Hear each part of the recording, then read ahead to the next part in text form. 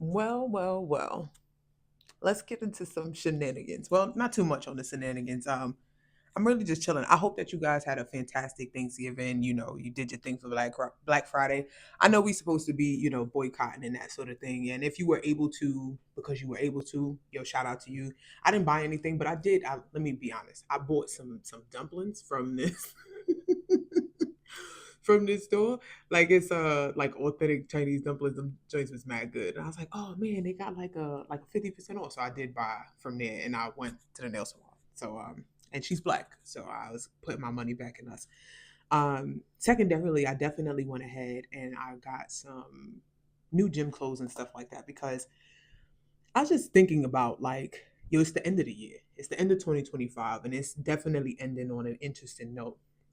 And this is where you get introspective, right? And so if I haven't mentioned it or you haven't seen any spaces where I may have mentioned it, I left New York City last year. It's actually approaching the 1 year mark. Like I got my lease set up, December 1st, and I was officially out of New York in February. Was it February? Type shit, right? Anyway, and I just was reflecting on where I am and how I've shown up and that sort of thing. And just some interesting things happened. But I want to tell you one interesting story. I'm in a crib, right? I I try to buy like fruits and things like that because I'm trying to be a bit more conscious. Like I'm getting older. Like a lot of stuff is, should get a little different as you get older. So if you're not intentional about how you show up for yourself, you kind of pay the price on it in the long run, right? And we have enough data to show us that the stuff you do now, you really do pay for in the future, right? So if you pay positive things, paint if you plant positive seeds now, you'll bear positive fruit later, type shit, right? So everything is an investment. It's all about what you actually invest in. But on this particular day, like last week or the week before, I went to BJ's, right? Regular, taking a long ass drive, and I like these golden kiwis, right? So there's something about these yellow kiwis that I really like. I be jacking it, right? I've done a series of diets and things like that, so I've developed a lot of fruit and vegetable sensitivities, right? So like dark green leafy vegetables, I can't eat that without like heaving, right? I'm like, oh my goodness, like stomach get all irritated and it's like straight reverse, about to send it right back up to sender, right? Like avocados, right? Like I went through a guac phase, can't eat avocados at all. Now, can I put them in smoothies and stuff like that and drink it? Sure. But you get this slight little weird feeling, but this is a part of it. Another set of fruit that kind of got into this wave is oranges and pineapples. Again, series of detoxes and whatnot. And it put me in a weird place where if I eat too much of it, I kind of get like, oh, I just don't want it. So I end up avoiding them altogether. With once upon a time, like I would eat mad pineapples, eat mad oranges. Like now it's kind of like that stuff will sit in the fridge and kind of go bad. And I'll end up having to blend it or make a smoothie out of it, right? So golden kiwis have taken the space of some of the stuff that I like. And of course, there's other leafy vegetables. So I eat like a lot more cabbage, broccoli, string beans, asparagus, because that's the stuff that I can eat that doesn't actually irritate my gut. Anyway, so in the process of being in BJ's, I see the golden kiwis, but next to the golden kiwis are these red kiwis. So I'm like, yo, let me see what's to it, right? Like, because, deep down, I got to be honest, right? My psych classes are making me pay attention to how I think about things, right? So I'm going to call it, it is this psychopathology. Like, how do you experience this and what happens in your brain when you experience this particular thing and how are you processing it, perceiving it, and in essence, how are you behaving as a result of it? So, I could be honest and say, like, the ability to afford food can come across a little bit like a flex. And so I'm like, yeah, I'm gonna try these fruit because I could afford it. So eventually, like I get home and do what I usually do. So I run through these golden kiwis and stuff like that. Yo, my brother and his kids was here, so my niece was trying it and all this other stuff. That's a much longer story, but we'll save that for another time. We get to these red kiwis, and I keep saying like I'm gonna try them, I'm gonna try them. It's not a big deal. But for some reason, I catch myself hesitating at trying this fruit now that it's in the house, and I'm like, yo, it's a kiwi. What is this about, right? So I tell you all the time, like I'm doing case studies and watching what these symptoms show up as and all these other things. And now I'm paying attention to myself, right? Now I'm constantly reevaluating what am I doing and why do I do it? So this is one of those things. I'm dealing with this damn kiwi, and I'm like, just try the kiwi. But for days, I won't try the kiwi. I am resistant to trying this kiwi. And last night I go to the gym and I come back in the crib and I'm eating the banana because I went and I got bananas instead because for whatever reason I'm still avoiding this case of kiwis. Do not judge me, hear me out because this is gonna mean something later. While I'm eating the banana, I'm like wiping off my counters, right? And I'm taking the dust off of the counter and sweeping it into the trash. My trash is inside of the drawers in the island of my counter. So when I pull the drawer out, it exposes the garbage can. I'm sweeping. I got the banana in my left hand. And when I go to lean over while I'm getting into the second half of this banana, what happens to the banana? It snaps off and falls into the garbage. I say, yo, what the hell? What the hell? So I'm tight. And something said, go and get the kiwis. So I'm like, you know what? Let me try this kiwi. So I go and take the kiwi out the fridge. I take two out the fridge because there's never a time that I take one kiwi out and it's like, oh, I'm gonna just eat this one kiwi. No, I'm always eating at least two kiwis because I'm crazy. So while I'm busting this kiwi open, I feel myself getting anxious. And I'm like, yo, what is happening? Right? Like my heart is starting to race. And I'm starting to feel uneasy. And I'm like, yo, what is this perception of fear? I'm like, yo, it's a kiwi. The kiwi is not gonna kill me. Why am I having this moment? So I was like, you know what, F it. I'm just gonna taste the kiwi. So I go ahead and I get my spoon, I scoop the kiwi.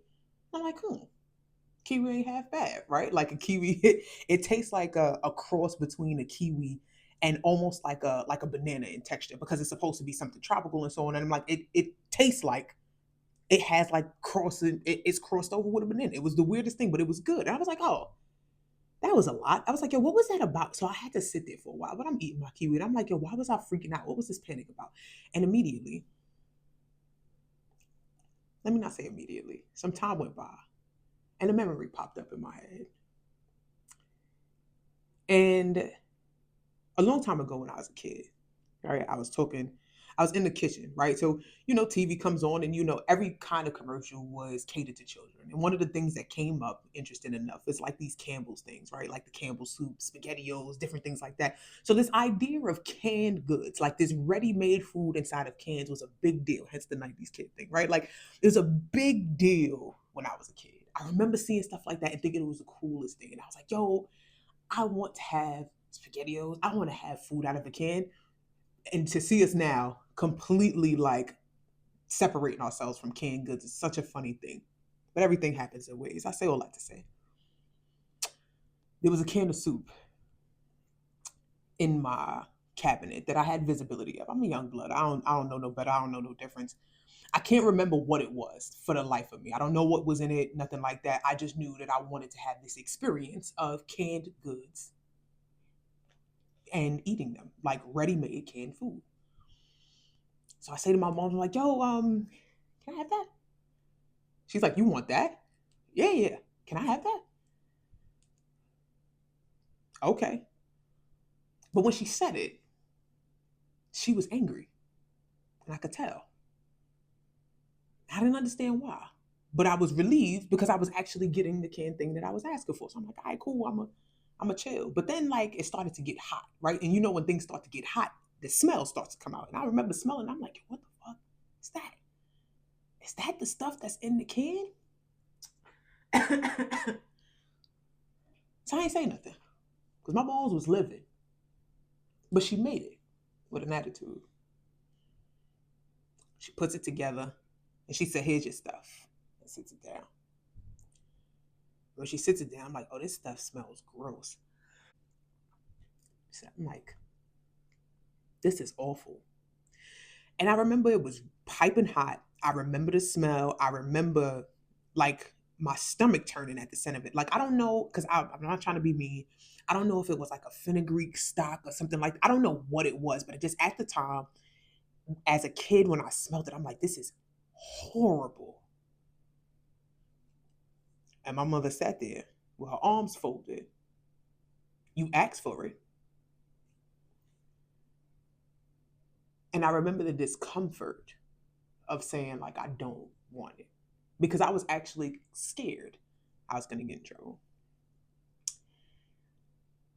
And so at some point, like after an awkward and strained stare off, she picked the bowl up and she said, "Stop asking for stuff that you don't want." She took the bowl, and I remember tucking myself away and hiding like in a bedroom or something, like, because I didn't want to get in trouble. Because at that point I didn't believe that the trouble was gone. And what came back to me was that feeling, that panic, when I picked up that kiwi that was a different color. And it made me think about how I show up as an adult today, right? My nephew, kids are pains in the ass. There's just no way to put it. Like, they ask for stuff. They don't know what it is. They want to try it. But the best thing about being a child, the best thing about life is the curiosity of it. And they learning stuff. So my niece, who asked about this golden kiwi, can I try it? Can I try it? Of course you can try it. Come here, let me. You like it? It's good. Can I have some? Yes, of course you can. My nephew, you want to try it? Yeah. Come over. Let me see. You like it? That's not good. Now he ate it, but he was like, I don't want no more. I'm like, all right, you good. You don't got to eat it if you don't like it. And I thought about how patient I am about kids trying food because I remembered that moment of unnecessary and unwarranted fear. And when I realized that that memory stained my response to something as simple as a kiwi, I thought about not just the pain that I felt, but the kindness that I practiced despite the fear that I lived with. So, in sitting with that realization that a lot of my kindness is rooted in fear, a lot of my success is rooted in fear, a lot of my desires are rooted in fear, I said, how much of me is doing things just because my heart desires and not because I'm trying to fix a hurt, a pain, a memory that I'm not entirely responsible for? And then I thought about, like, how much foul stuff do I do for the same reason? And I guess the short version of this is that when I think about how I help people, a lot of times the help that I give out comes from the desire to not want to be hurt by the person. And in essence, I've made myself an enabler in a lot of different dynamics. I go and I pay attention to all of the people that I deal with, and I start to reevaluate my relationships. And I say to myself, how much do you get back from this dynamic? Are the trees that you plant bearing fruit that have seeds that can be replanted? In essence, are these things profitable? And I've just been paying attention really closely to how much I've enabled. And ultimately, I had a moment the other day where I got up and I've been kind of just focusing on myself, right? Just taking time to say, like, this is my selfish season. I'm not doing stuff I don't want to do. I'm not spending time where I don't want to spend time. I'm not answering calls, text messages. I am minimizing the amount of places I am showing up where reciprocity does not exist in a way that I deem fair. And in this space of solitude, I started to realize what people actually like about me. That there is a version of me that goes really hard to make sure that you feel safe. And I started to turn that energy inward. And I was like, damn, I've been missing out on me for a little bit. It's crazy. So I guess I wanted to just tell y'all that this is my season of enabler turned accountable. And inside of me recognizing that I'm an enabler, I also have to recognize that there's a space in me that I am not accountable to myself all the time, because I've become a crutch to pain. I have become an accent to hurt. And so, in this very imperfect world of I just want people to feel good, I'm realizing that love includes accountability. And I hope that moving forward, you have the capacity to love yourself and the things around you with accountability, and that reciprocity exists in the dynamics that you participate in. Again, it doesn't have to be tit for tat, right? Like, I give you a coffee, you give me a coffee. It don't got to be like that. But that if you give something your time, that the exchange at least includes your sense of safety and security. That if you are giving something your security and safety, that it at least includes your consideration. So, in the spirit of understanding that a lot of these things we cannot do by ourselves, make sure that you don't have people just flooding the zone and just taking up space. And I hope you have a good day. But we'll be back to talk about a few more things, and I'll talk to you soon. Bye.